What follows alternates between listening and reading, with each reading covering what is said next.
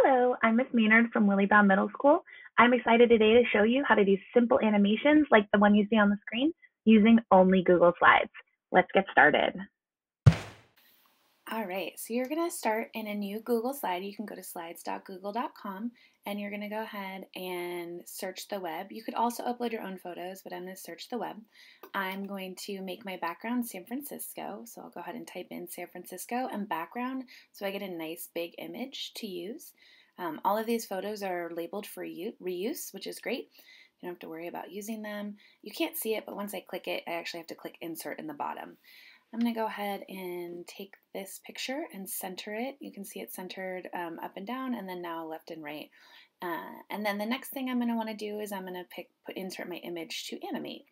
So again, I'm going to search the web and I'm going to put in a space shuttle or spaceship.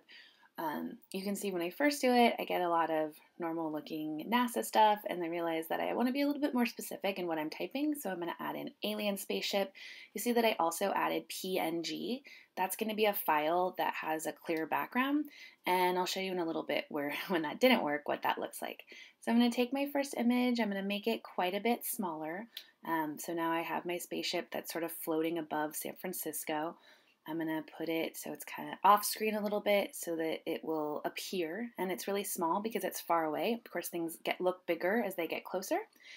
I'm going to either control click or control C and copy the first slide and make a duplicate slide. And then I'm going to take my spaceship and I'm going to make it in the frame just a little bit more. I'm going to copy and I'm going to make it, again, as I'm showing that it's getting closer, it's getting bigger, and I'm just going to keep doing that. I'm actually doing this a little bit faster. I'm going to speed it up so you don't have to watch me do every single one. If I mess up, I can just do Control Z, undo, or Command on a Mac.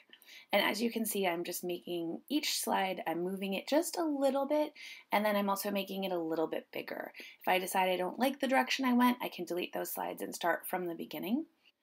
Now I'm going to see how it looks. I'm going to go back to slide number 1 and I'm going to just push down a bunch really quickly so I can see the slides in quick progression.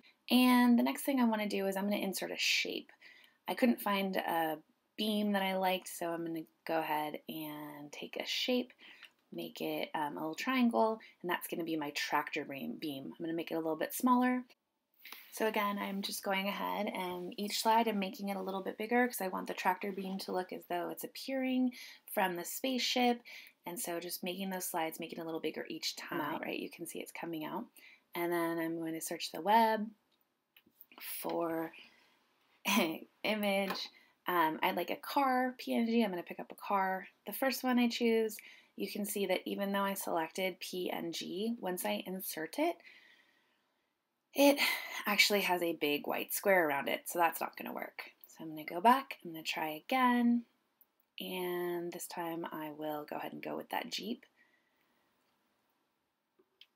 As I can see, once the Jeep has loaded, it has a clear background, so it'll work great for this. I'm going to make it a lot smaller and put it down here at the bottom.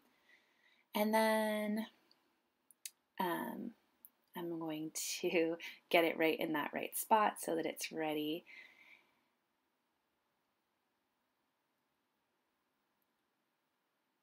All right, so now I got the tractor beam where it is. I'm going to start copying and pasting again, just duplicating those slides on the left-hand side.